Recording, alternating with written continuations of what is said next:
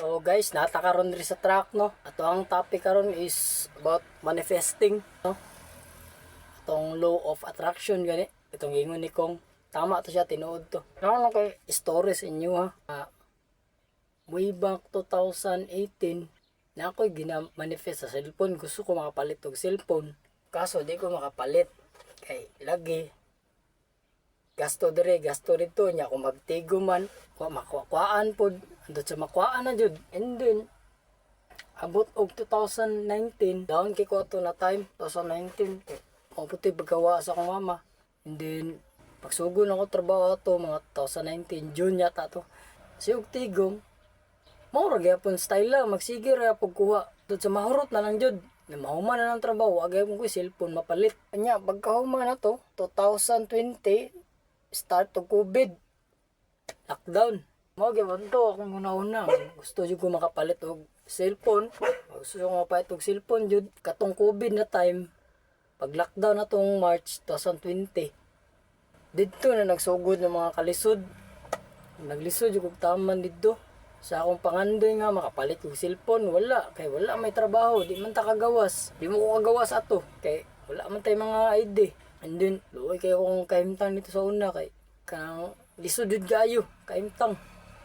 And then, pagkaabot og December, patrabaho ko balik. Antod sa March, nakatigom ko sa 3 months na akong trabaho. 4 months, nakatigom ko 8,000. Nya, humana to, pangita kong cellphone, kaso wala jud napadulungan akong 8K sa cellphone. Nagasto jud tanan sa kan, palit bugas, palit sudat. Unsa man to. So dito pagka next year na pod 2021 didto na ko nakapalit og cellphone. Pagbalik na sa akong trabaho. So dito pag trabaho na akong balik, mga 2 months na nakatigom na ko.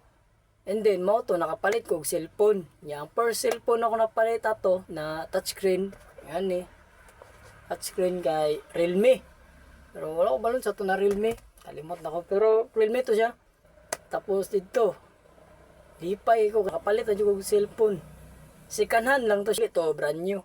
Na-realize na ko tong 2018 to 2021. 2018 ako nga panganda yung cellphone.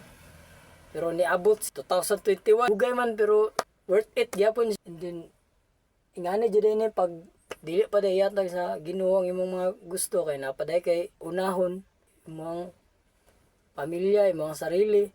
Realize na ko na kung will jud ni Lord ni hatag imong gusto, yatag jud niya. Dugay man pero worth it.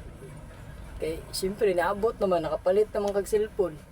So kanina cellphone karon na nasong kamot pang katulo na ni siya na cellphone. So malang to no ang realization ako sa manifesting. So, maro to guys. Salamat sa inyong pagtanaw.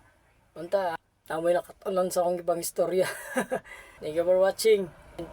Don't forget to follow me on Facebook and subscribe me sa YouTube channel na ako na Atan TV. Kita-kits sa next vlog.